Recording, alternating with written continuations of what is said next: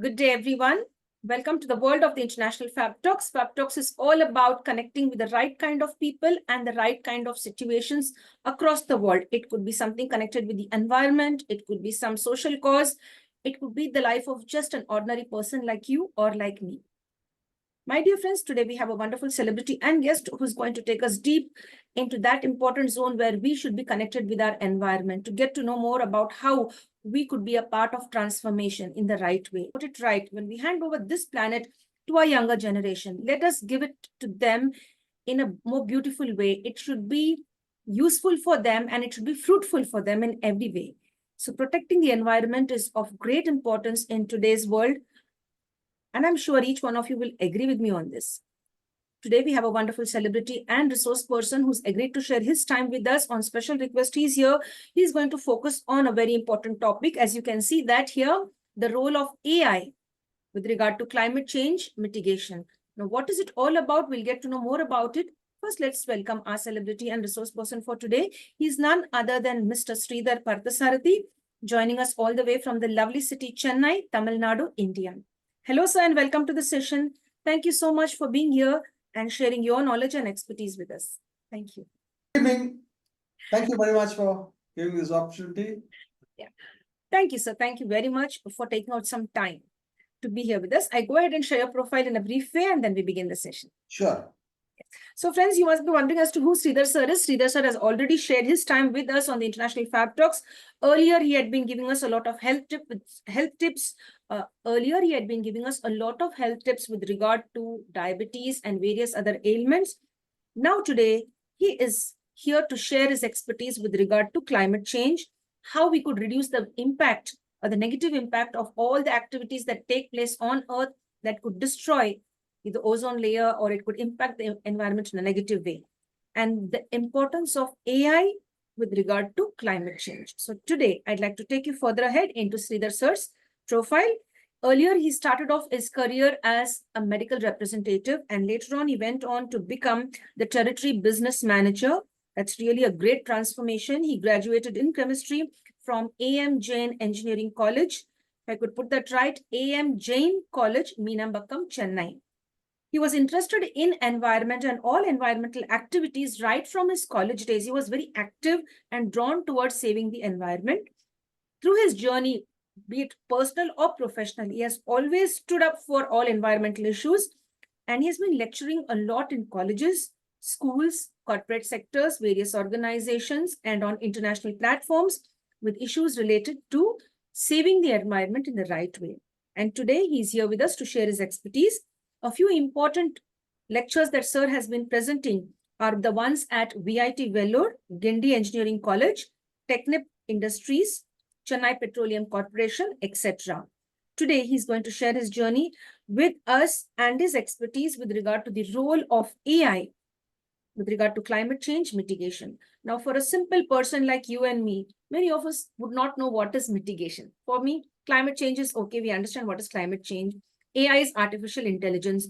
Now, there are somebody or some people out who may not know the real term mitigation until you Google it up or pick up a dictionary. So today, sir is just going to explain the title to us briefly, and then we dive into the session and play our part. Each one of us has to play our part to save the environment, because we do have younger generations around us to give them the very best. We have to hand it over to them in the right way. We were handed our seniors, or maybe our ancestors have handed it over to us beautifully. So let's hand over this beautiful planet to the younger generation in the same beautiful way and protect each one of them. So I'm so happy that you're here with us. I'd like you to just explain the title or the topic today in simple terms for all the people out there who would be interested in, having their part or maybe contributing in their own way to the environment. Now, the role of AI in climate change mitigation. Over to you, sir. Thank you, Andrea. In the first place, I would like to start off from where you ended. See, there's a beautiful adage which says, we haven't inherited our earth from our forefathers, but we are borrowing it from our children. So it's precisely what you said, we need to give a proper earth to our own children and the generations to come. That way it will be very useful. Now, the role of artificial intelligence in climate change mitigation.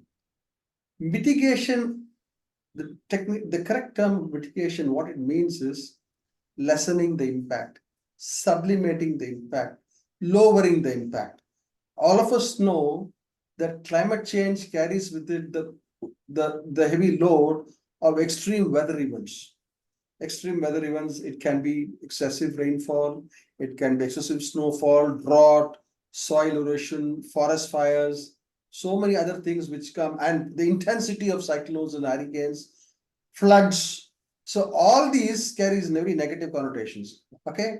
So how the effects of climate change can be mitigated, sublimated, lowered, how you're preparing yourself for all these things is what mitigation is all about. And how artificial intelligence can be made use of in climate change, in the role of mitigation of due to climate change. Yes, sir. Thank you, sir. Thank you very much for sharing all of that. That's really great. So, my dear friends, mitigation is nothing but reducing or minimizing the negative effects on our environment, how we could be a part of this wonderful change and save the environment in the right way. Of course, today's topic is AI, artificial intelligence, playing its role, and how we could make use of artificial intelligence to protect the environment. Dear sir, when we talk of artificial intelligence, when we begin this new invention, I mean, this is something very new called as artificial intelligence to many of the people out there. It was a slow innovation, and now finally it has boomed in the right way, and it is being used in all sectors. And especially when we come to the environment, we would like to know how AI plays its part with regard to saving the environment. If you could just give us a brief explanation, and then we can go in bits and pieces as to which are the different ways AI could protect the universe. Over to you. Start with both artificial intelligence and climate change, they seem to share the same platform. One has been created by environment. Second, both artificial intelligence and climate change, they are going to affect each one of us in all possible ways. We can never run away from it. And third, both artificial intelligence and climate change were research projects some time back. Now it is right on the public domain. While global warming and climate change is a very destructive force, artificial intelligence is a technology, it's a very disruptive technology. There are some good aspects to artificial intelligence, bad aspects to artificial intelligence. Okay. And there are some very gloomy pictures about how artificial intelligence can disrupt our lives. So the technology is like that. So it seems to share the same platform. Some commonality with both artificial intelligence and climate change. Right. Before we go dwell deep into artificial intelligence and climate change, we need to understand one thing. The global economy has grown 14 times since the year 1950 to till date. And the global economy is premised on cheap power, especially hydrocarbons, coal, gas, and petroleum. So inventions after inventions after inventions. One minute. Yes, sir. Yes, sir. Yes. Over to you, sir. Inventions after inventions have been premised on cheap power, coal, oil, and gas. Now that because of research into climate change has clearly shown that hydrocarbons are driving the buildup of carbon dioxide in the atmosphere and the deleterious effects of carbon dioxide on climate change, rise in global temperature and climate change. So we need to accommodate climate change into our economic model and societal model. Okay. And artificial intelligence is a new kid on the block if it is put to right use, and it can come good, especially if you know that the economy of today, the economy of previous economy, everything has been premised on energy. Okay. Energy drives our economy. So artificial intelligence can come of real use. There are various kinds of artificial intelligence. it can come of real use as to how we manage our energy, how we can allocate energy resources, how we can cut down on energy, how to optimize our energy. So, and how the materials economy can do wonders with lesser amounts of energy. So it hovers around energy and how it can be used optimally. So thereby lessening the amount of carbon dioxide you put into the air, lessening the side effects of climate change, and how, if at all, the deleterious effects of climate change comes in order, how we can mitigate it. So you can look at it both ways. How we can direct our efforts using AI to lessen carbon dioxide buildup, one way. And if at all we're able to do that, good. And secondly, how the deleterious effects of climate change, how it affects, it's going to affect each one of us by way of forest fires, rainfall, floods, drought, soil erosion, ocean acidification, how climate change can be used in each one of us. I'm sorry, how artificial intelligence can be used in each one of these sectors. How can we do it better? That's what the whole presentation is all about. Yes. Thank you very much. Thank you for sharing your expertise on that. Now we'd like to know what is the role of AI with regard to the with regard to energy consumption, because energy consumption is like taking a toll on the planet. Like we have a lot of cars. We have like almost everyone in the colony has a car. Because now they are having these loans, the car loans, the automobile loans, and everyone could have the access to a car. Earlier, it was like a luxury. Now it has become the need of the hour for almost each one of us. So then there's a lot of, carbon emission, etc., that comes into to play a negative role in the environment. What I would like you to share is now, what is the role of AI with regard to climate-related energy consumption? Energy consumption. Yes, energy consumption. Good. Now, the world has understood that oil reserves are limited. Right, with the current technology, oil reserves are limited, and it is concentrated in a very vulnerable neighborhood. That is why EV technology is picking up. Okay. Now, EV technology, it boils down to materials, it boils down to technology. Materials economy can be very nicely affected by artificial intelligence. What kind of material? For example, there were companies in USA which had teamed up with companies, with AI companies. Steel was being manufactured, special kind of steel was being manufactured using recycled steel. Okay. For recycled steel to be manufactured, you need special alloys. So artificial intelligence came of good use as to allocating the right kind of alloys, for determining the right kind of alloys, the correct mixture, so that the quality of steel came out good. Likewise, steel is one example. Battery technology is something else. What kind of materials to be used? How much to be used? Okay, so our AI can be of good use here. Number one. Second thing, AI can be used to optimize energy consumption in industries, process control. How certain process can be controlled better using AI. How energy can be, less of energy can be used in that. So various pathways artificial intelligence is going to affect us. The most important thing is we need to measure. As the Nobel Prize winning economist Joseph Stiglitz, he said, we do. So if you measure the wrong things, you end up doing the wrong things. It's a beautiful thing. You need to measure the right things, and you need to measure it properly. Measuring can be done better than what a human can do, better than what the existing technologies can do. AI can do it better. Measuring can be the amount of carbon dioxide in the air, ocean acidification, forest fires, process control. So many things. There are plenty of parameters in process control in manufacturing industry. All this AI can play a part. Energy consumptions can be reduced. And EV technology is its very nascent stage.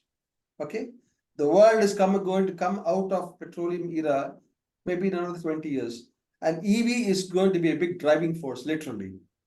So EV technology is premised on better inputs from AI. So AI is going to become a big part.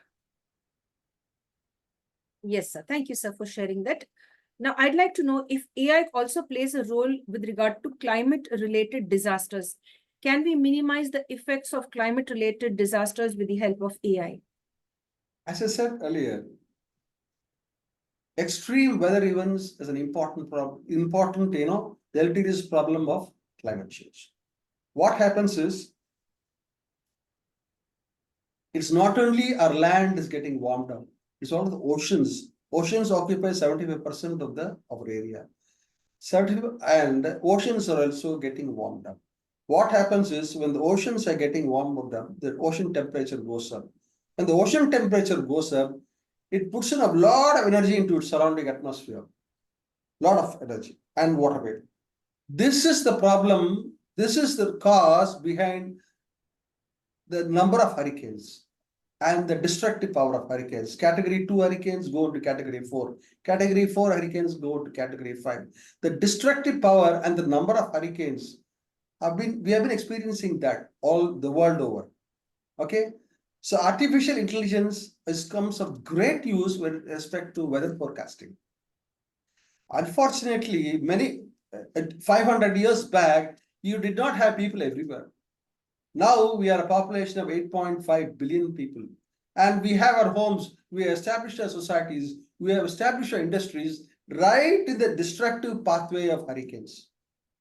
Now, if we can warn people by prior knowledge about the type of hurricane is going to come, its intensity, when it is going to come, right after the last minute, that can be done using weather forecasting. And weather forecasting is enormous data.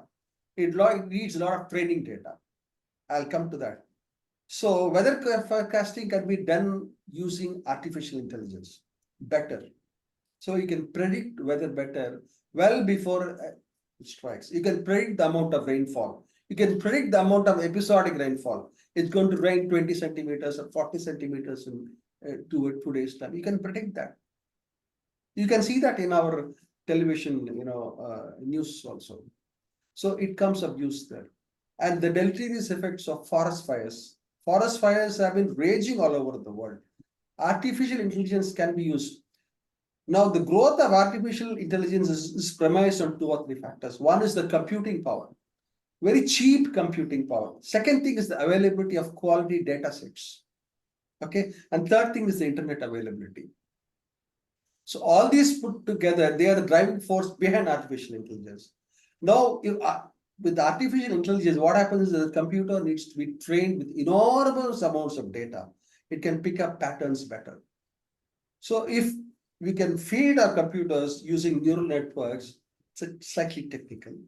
Lot of data into it, it can pick up patterns better than a human. For example, forest fires. Forest fires keeps happening. Now it's happening in an enormous scale. And many of our humans have our settlements in areas where we should not be, but we can't help it. Okay. Forest fires can be predicted. The enormity of forest fires, when it is to occur. And we can say this kind of a trees are susceptible to forest fires, whether we should have such kind of trees in a forest.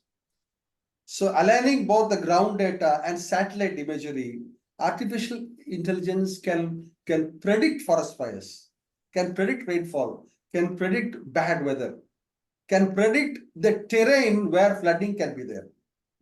So various things artificial intelligence can come into. Yes, sir. That's really nice. Very interesting to know that.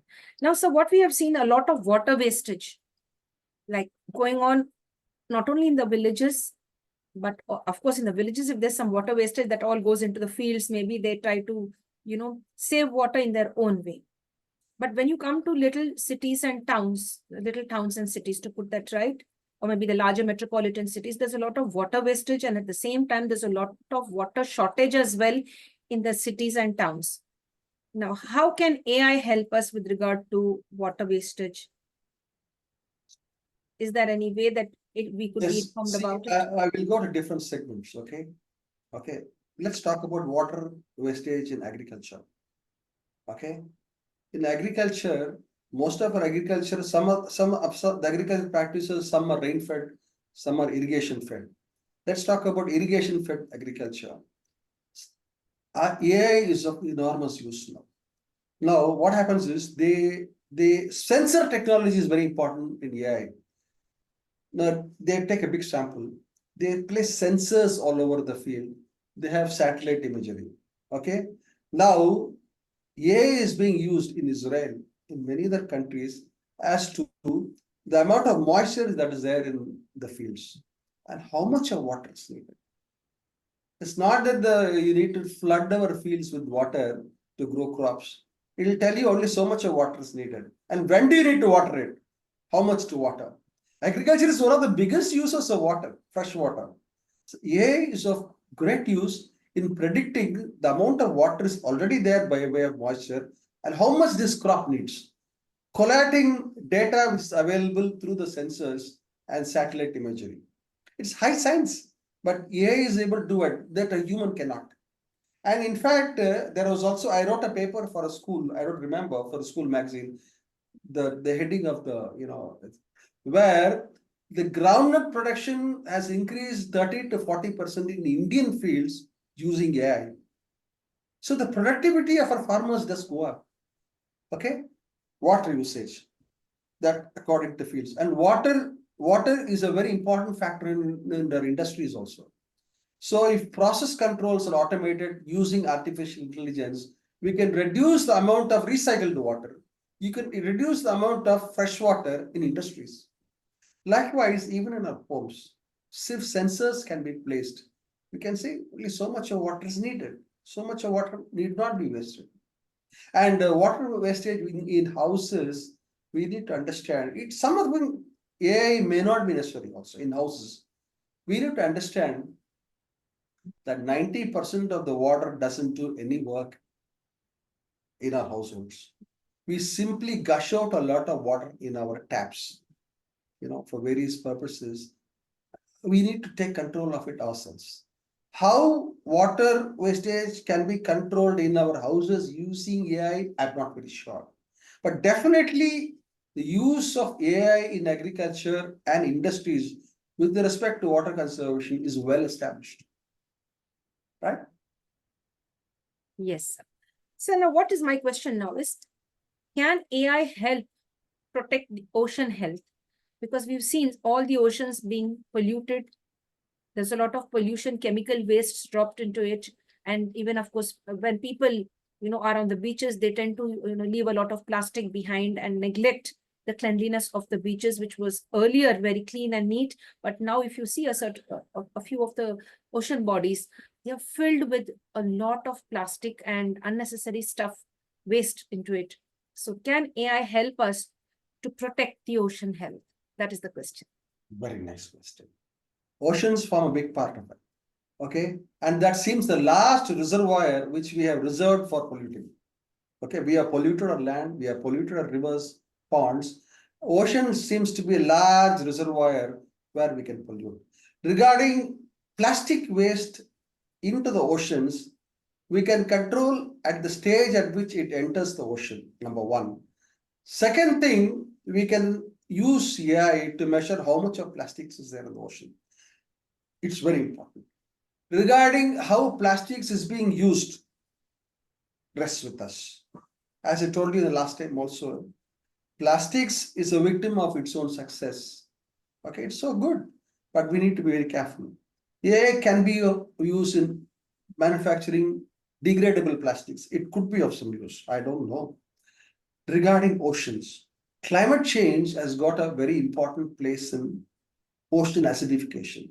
As the levels of carbon dioxide keeps building up in the air, 50% of the carbon dioxide we throw out into the atmosphere is taken up by the ocean bodies, river bodies. So acidification of oceans, the pH of the ocean goes down. Acidification of oceans is a real factor. As I told you before, how to measure it. Oceans are very large. Okay. AI is used to measure ocean temperature. As I told you, as the ocean temperature goes up, it puts in a lot of energy into the surrounding atmosphere that goes up to increase the intensity and the number of hurricanes. Measuring acidification of ocean, measuring plastic waste in ocean, measuring, the temperature difference in ocean. All these things can be done better with AI, using satellite imagery once again and sensors. The ocean bed, how it behaves to see what happens is when the nutrient recycles in ocean is very important for the growth of for the ocean food, phytoplanktons and ocean food, which small fishes depend on. The bigger fishes eat the smaller fish. The big chain that depends on the nutrient cycle. The nutrients are recycled in the ocean. How this gets affected because of climate change, because of temperature rise, because of ocean acidification. We need to measure all these things. Only when we measure, we can put ourselves in the right path. We can take steps, corrective steps. That artificial intelligence is being used these days. We have been doing it, but AI can do a better job. All AI needs is data, data, and data. If we can feed in data into our neural networks, the machine learning learns by itself, picks up patterns, and when it comes to weather, the data is enormous. It needs to be segmented properly, fed in properly. The machine learning comes into force and it gives out patterns. It gives out answers, suggestions. Artificial intelligence is any algorithm which gives you suggestions. What we are talking about is narrow AI. There are two kinds of AI. One is general AI, one is narrow AI. General AI is just too big. It's about words. Narrow AI is it's a task-oriented AI, specific. Are you going to measure carbon dioxide content? That is narrow AI. Are you going to measure ocean acidification? Narrow AI. So the same platform can be used for different purposes, very specific tasks. AI is good, right? Excellent, sir. Excellent. I like that. And what I liked about you sharing this is you explained the term AI. Now, many of the people out there, they have heard the term AI, but they don't know the actual meaning of it. You shared that today with us. You just explained that very well. Shall I go ahead in the slide? I'll just take through 3 minutes. Yes, please. We would like a little more explanation on that. Over to you, sir. AI is a very ambiguous term, and it's a sort of a misnomer also. A machine doesn't have intelligence. Maybe 50 years from now, it can have conscience. What happens is, when it comes to AI, it seems to pick up, the machine seems to pick up data from everywhere. Okay. And many of the text available in Google and open web also is written by people with some conscience. So it looks as if all this data is being taken up by the algorithm, and it makes connections, patterns. It looks as if these machines have a conscience of its own. It does not have. It just throws out suggestion without any conscience. Maybe 50 years later, it might have a conscience of it. It doesn't think. Artificial intelligence has got no thinking capacity. See, AI consists of, to the extent I know, consists of 3 parts. One is deep learning. Deep learning, these are all created by man. It has been there from the 1940s itself. Some scientists thought, they observed the human brain. They thought a lot of human brain is pure electrical circuitry. They thought, why not create systems which can mimic the brain? It really didn't pick up. Only after 1980, they thought, why can't it embed it in the software? So AI started slowly picking up in 1980. The real breakthrough came out in the year 2005 when GPUs were introduced, graphic processor unit. They were introduced, they were invented, they were put to use. So the image facial recognition software. If you can train your AI system with a lot of X-rays, okay, it can tell you, it can pick up patterns and help the radiologist and saying that this person has breast cancer. It can pick out with very good accuracy. Okay, and later large language models came into force. Forget that. So graphic processor unit was a very important invention. Invention feeds on itself. So first AI consists of 3 parts. One is deep learning. Deep learning is neural network. Scientists have constructed layers and layers of software, algorithms. Okay? Layers, simple layers, where you feed data into it. That is neural network. Each layer has got a specific task. One layer will look at the color. One layer will look at the number. Another layer will look at the, and these talk to themselves. Okay, that is neural network. That is called deep learning. The second part of artificial intelligence is machine learning. Machine learning, it's supervised learning. Okay, slightly technical, don't bother. The machine learns by itself. The machine is, the algorithms are set up in such a way, the machine learns by in itself. Okay, it identifies patterns. It learns by itself. Finally, artificial intelligence, having learned by itself, when you put up a query, it gives out the answer. The machine is task oriented. Okay. Deep learning is neural network. Machine learning, this is the machine learns by itself depending on the data you feed. You feed the wrong data, you get the wrong things. Artificial intelligence is the final answers which come. So this is artificial intelligence, and it keeps growing. Okay. It all depends on the computing power, depends on the availability of quality data. Right. Yes, sir. Thank you, sir, for sharing that with us. Thank you for giving us an insight into AI. Now it is quite clear to me today. I think many of them will agree because most of them, they've just heard these two terms, AI, but they don't actually know what it is and how it works. That's really nice. Thank you for sharing your expertise on that. We'd like to know if AI could help us with regard to food wastage. Now, there are several places where food is wasted in enormous quantities.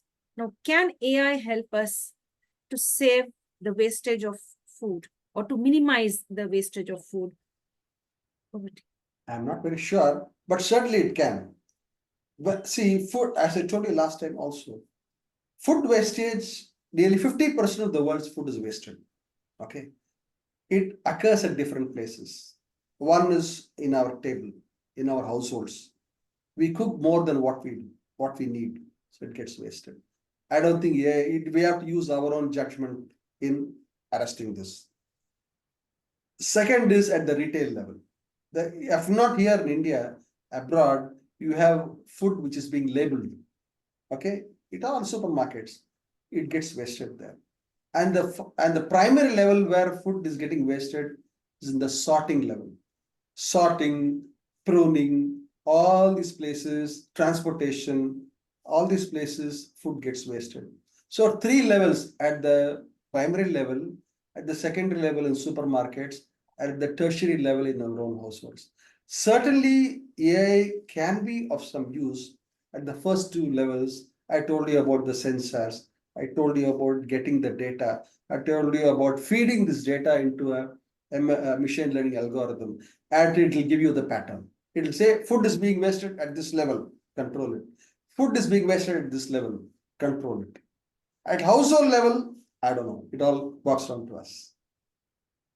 Yes, I think we should also take up some initiatives and try to, save the wastage of food or minimize the wastage of food. Or you could have a certain type of an innovative thing like in your colony or maybe in your community, maybe a fridge, which I have seen in one of the foreign countries. When I visited there, they have like these community, a big fridge in the community, and their leftovers are placed over there for anyone who is unable to afford food on that particular day could just open the fridge and take whatever he or she wants. And that doesn't go to waste. It's a beautiful thing on food wastage. See, you know, we think of global warming only about from cars and industries. Agriculture is also a very big, user of energy. So scientists have determined that if food wastage was to be constituted as a country, food wastage was to be constituted as a country, it will be the 3rd largest emitter of carbon. Right? We need to avoid this. AI perhaps could be of some use. Yes. Thank you for sharing that. So dear friends, be little conscious with regard to food. Be conscious with regard to the wastage of food. If you have food in excess, maybe it could be with the function that you've celebrated at home.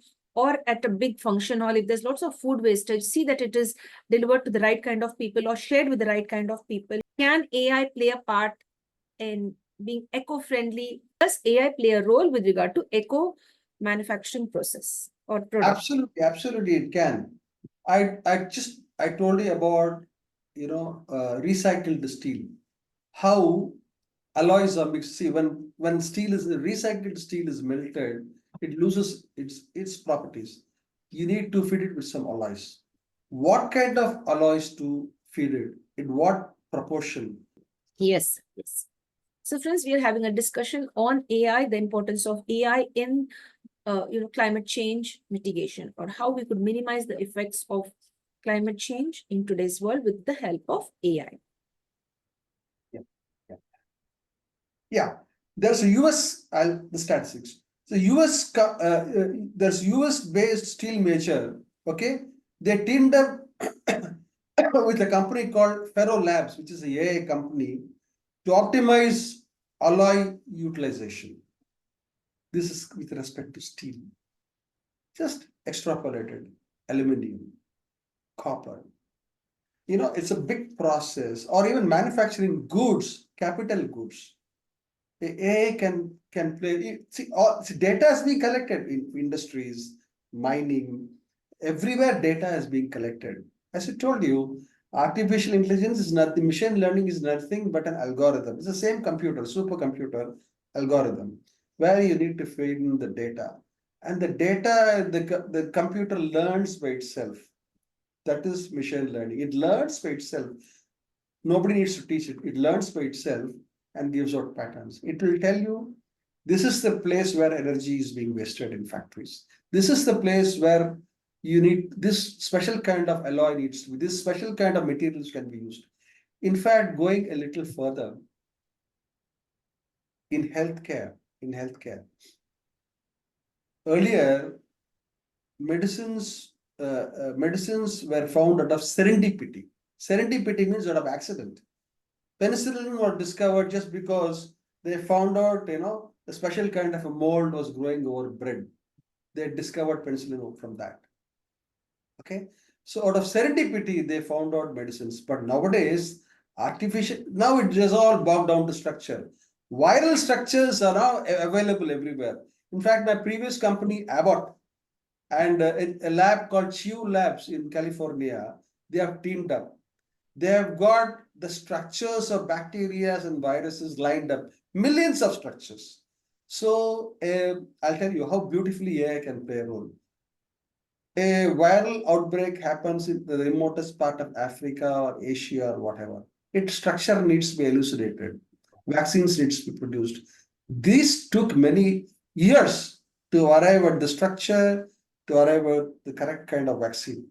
Now, AI, they have got billions of chemical structures lined up, the company. Now, the moment a new virus comes into place, because is detected, they match the structure of the virus to the available data. Then they will know from which family it has come. So vaccine production is easier.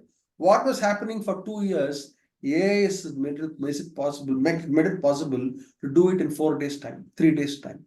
So vaccines can be used, effective vaccines. In healthcare, AIs have come good with respect to in antibiotics. The same way AIs can be used in production of white goods, mining, everywhere, with respect to optimization of energy. Energy means carbon, carbon means climate change. Yes, that's really nice. You've explained that so very well for us, sir. Thank you very much. Mr. Sridhar, I'd like to ask you, if AI could help us reduce paper wastage, we still feel that, around the world, there's a lot of paper wastage going on. So what role has AI played with regard to saving paper? It's quite diabolical because people thought that after the invention of computers, paper wastage will come down. But not necessarily, it has come down. Okay. Still something gets printed on the paper and things like that. But definitely the amount of paper has been reduced. Volumes and volumes of stacks and stacks of files which you go and find in a typical government office is not there. It's all computers loaded into a hard disk. It's all available on the cloud. Certainly the same way which I told you, they can place sensors, feed it into a system, the same thing, paper wastage. The system will tell you this is where paper is wasted and things like that. So, like that. Yes, sir. So now, with regard to allocation of resources, what role does AI play with regard to this allocation of resources? Allocation of resources in industries with respect to energy, with materials, in agriculture with respect to water. And AI has been used in India in agriculture. Most of the times when you use nitrogenous fertilizers, okay, there is something called agricultural runoff. Agricultural runoff is that when you overuse fertilizers, when the drainage is not proper in agriculture, this runoff goes into the nearby ponds. There's a process called eutrophication. Eutrophication. What happens is the nitrates, the excess of nitrogenous fertilizers goes into a pond. The runoff goes into a pond, and algae start growing in the ponds. That green slime which you find in ponds, river bodies, they're actually algae that grows because of brilliant, excellent fertilizers available from agricultural runoff. Okay, and this plays havoc with the biological demand of oxygen. Fishes die. So why at all use this so much of fertilizer? Artificial intelligence can be of use as to how much of fertilizer to use, how much of water to use, when to use. It is being used. Productivity has gone up. Likewise in industries, how much of materials to use, when to use, how much of water to use. Should we run this process at all? How better to run this process? AI can be used. It all depends on collecting the data, feeding it to the system, getting out. Excellent, excellent. That's really great. Now, with regard to transport, I'd like you to share with us, I'd like you to share your knowledge with us. Can AI help us with regard to sustainable transportation? In what way AI could help us understand the sustainability of transportation and make good use of it and reduce, the negative effects on the environment? Transport is a sector which I told you just before. How Yes. EV technology can be bettered using AI, better materials for EV. But the whole world has come to a point where, especially in countries like America, Canada, and Australia, and parts of Europe and China, where cars has become symbolic with transportation. Not necessary. Not necessary. Now, in Europe, if you have traveled to Europe, Europe is well connected by trains. If you go to Switzerland, the precision by which you can depend on trains for public transport is just too good. Okay, AI can be of use. If you can feed in the data, AI systems will tell you as to what is the time where and number of people are going to use your systems. What is the time where people do not use your public transportation system so well? So, the allocation of resources with respect to the number of times you need to run your buses or your trains, AI can be of use. What is the use in running buses and trains with no passengers in it? Wastage of resources. AI can be of use. How many carriages to have, when to run it, when to run more number of trains, how to reschedule your planes. Scheduling AI is playing a big part. It is being used in transportation. But if we reduce transportation only to personal automobiles, nobody can save us. We don't know the real bad effects of EV technology. Are we ready for it? What is going to happen to the batteries? We don't know. We thought everything was good with the freedom of internal combustion engine. Freedom at the wheels. The world has changed. Absolute freedom. See where it got us to. So it is going to be only cars. Today it can be EV. 50 years from now, it can be hydrogen. 100 years from now, it can be something else. But if transportation is going to be premised on personal automation, automobiles, I don't know where it will go. Yes, I get that. How do you visualize the world like now, if AI is like taking over so many domains of our lives, like, they are, AI is really now become the central part of our lives. Like many of them have lost their jobs, or many of them are gaining new jobs also because of AI. Because if you learn the various techniques and, how to use AI to the benefit of mankind, you feel that you are a part of the change and the transformation with regard to AI, which has risen to a certain height. Now, what is it that you, from your perspective, see how AI could take over the world in the next 50 years, where the transformation will be more? I need to check up and tell you. I got Yes. AI carries itself with some negative connotations. Okay. And legislations need to be in place. For example, you take biotechnology, human cloning is banned. AI and its impact on climate and how we could protect the environment and have a wonderful place to live and make the most of our lives on this planet. Yes, sir. Legislations are in place. For example, in the year 2020, a forum was constituted called GPAI, Global Partnership in Artificial Intelligence. It is a forum where governments and experts came together to discuss AI, the deleterious effects of AI. Okay, and AI can produce a lot of problems. Okay, so a roadmap was laid, and they're seeing how AI can, and experts say that 30 to 40% of our repetitive jobs can be lost. For example, somebody who's sorting out food, okay, drivers, many of the drivers, automated vehicles can be in place. So waiters and journalists, all these jobs may be at stake. Okay, so responsible AI is one thing, and it's very funny when internet came into being. There was nothing called bad internet or good internet. It was just internet. Okay, there is nothing called irresponsible internet and responsible internet. There is nothing like that. But now, AI is just 10 years old, 15 years old. There is something called responsible AI. There is something called AI for good. Okay, so at least if AI does not do anything good, let it have people unaffected. Okay, they can carry on with their lives. So the global partnership in AI is a forum which is in place. The second is the Summit of Future. It is going to take place between September 22nd and September 23rd of 2024.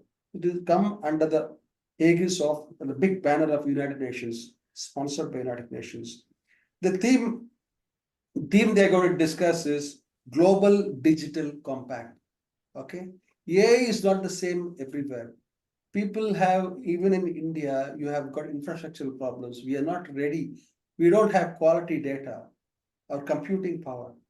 If India is there, which is software power, if India is at that stage, imagine about African countries, South America. They are not ready yet.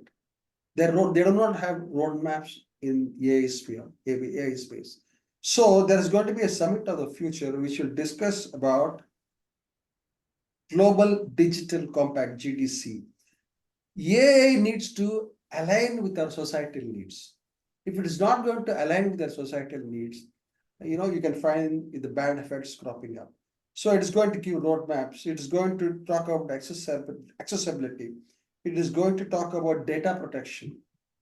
And it is also going to talk about the harmonized approach to AI. So there are a lot of risks associated with AI. Just one moment. Yes, sir.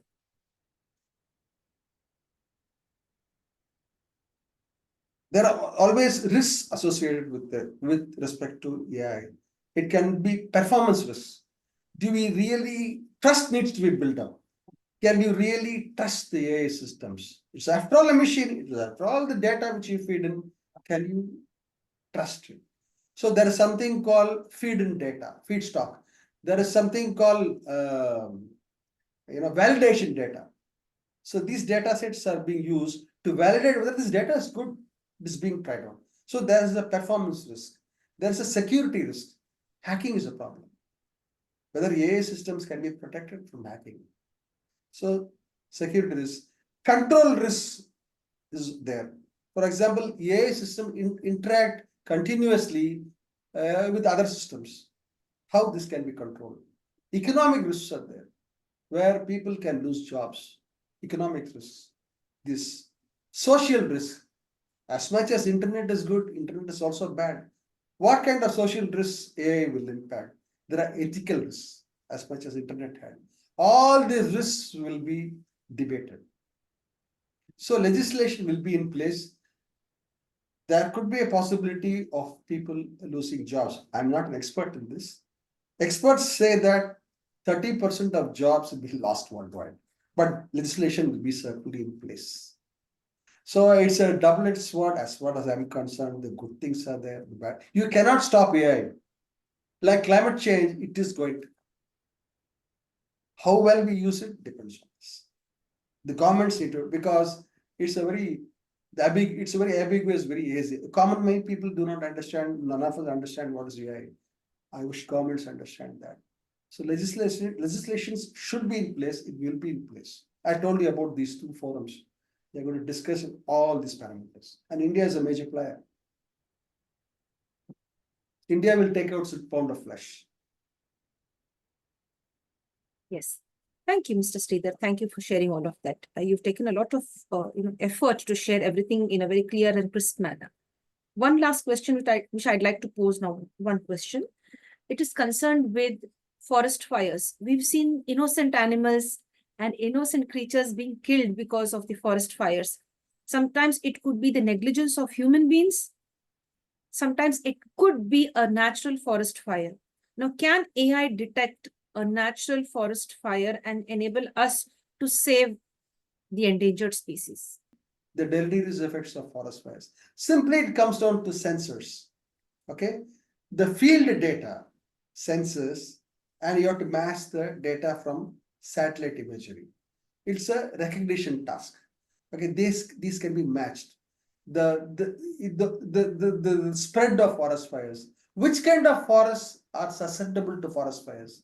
If the data can be fed, matching the ground. There are a lot of people working on the ground, placing sensors. Which kind of forests, which kind of trees in the forest are susceptible to forest fires? Where the forest fires takes place, at what intensity it takes place, the spread. All this can be forewarned. So AI has been in use.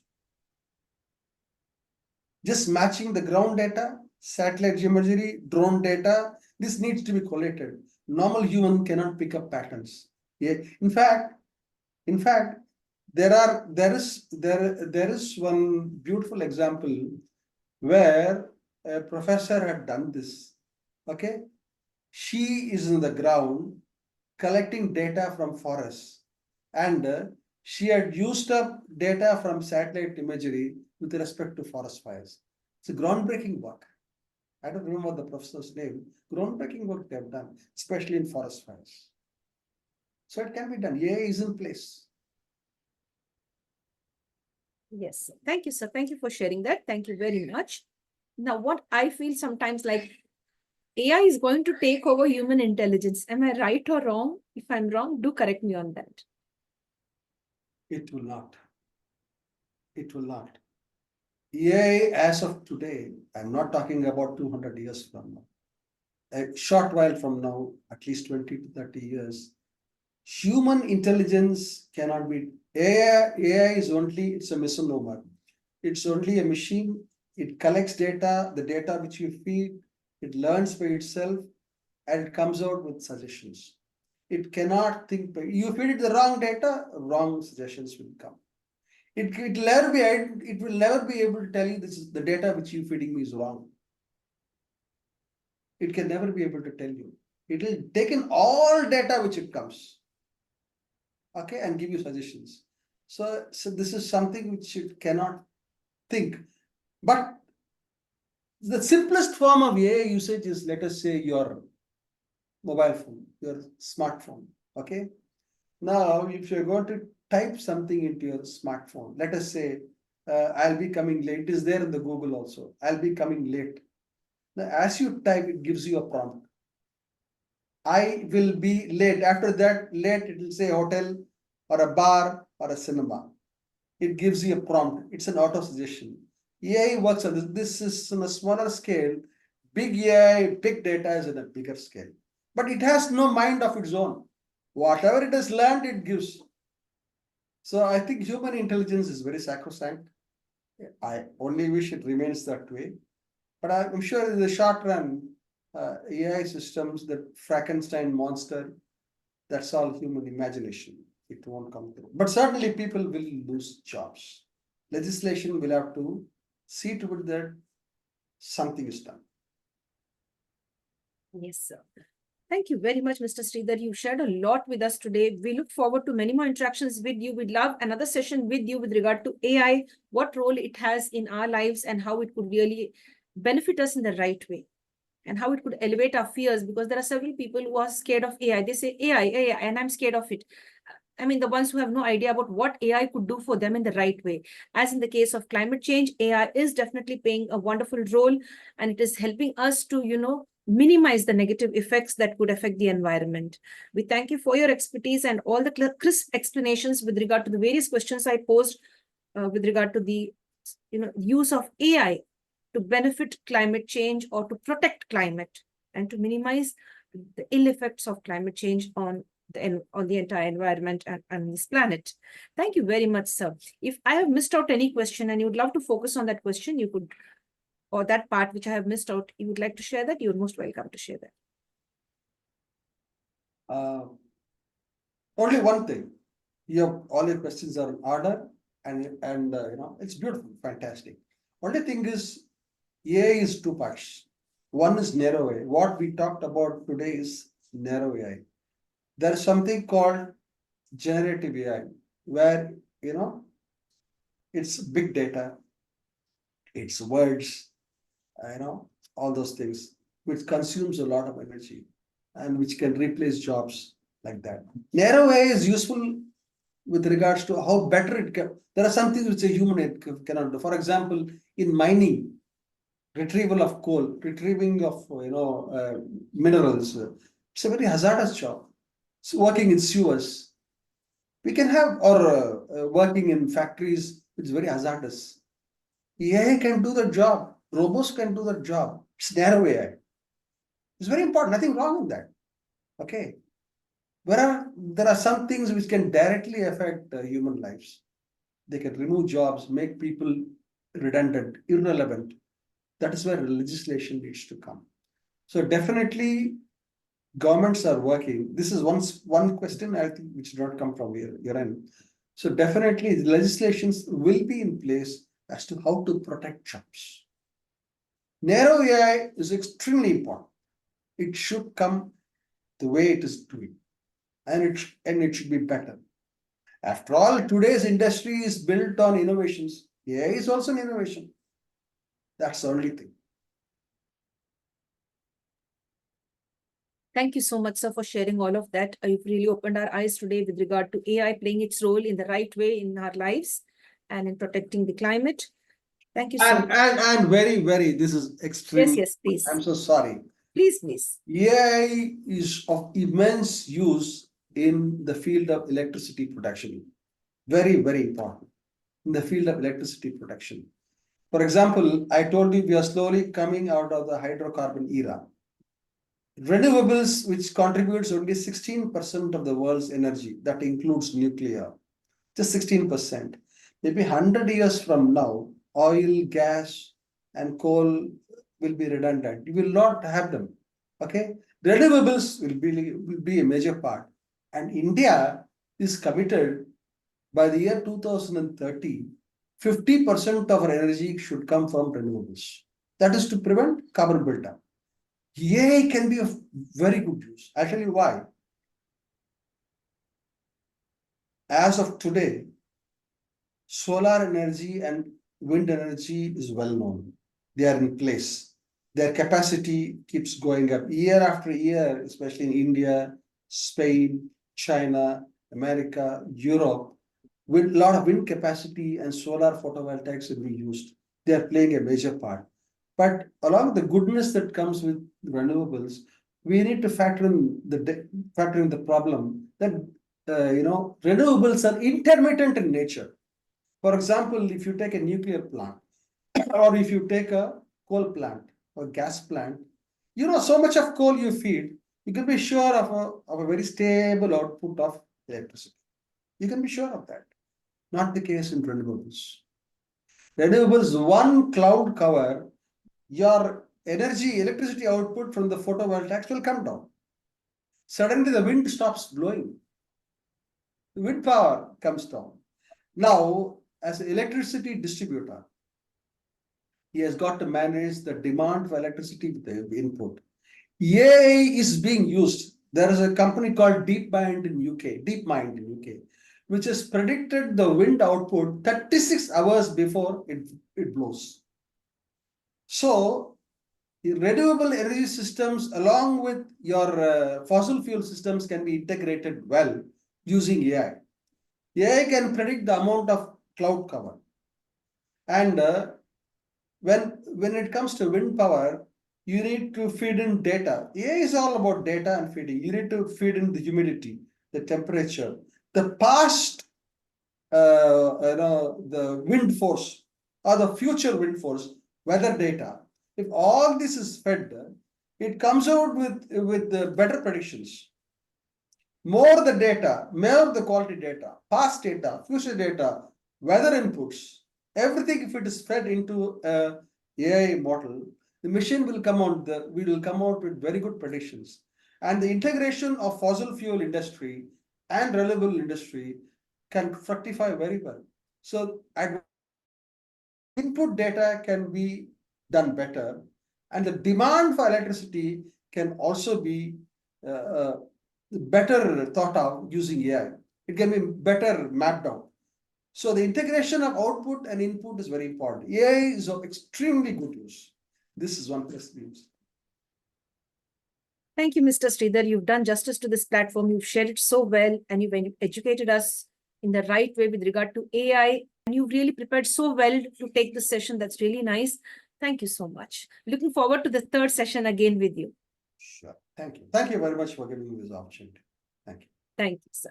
To come to an end to the International Fab Talks for today, if you like what the International Fab Talk team is doing, stay connected with us. Like, comment, subscribe, and share to the International Fab Talks. Above all, don't forget to love yourself, protect your family, and save the environment.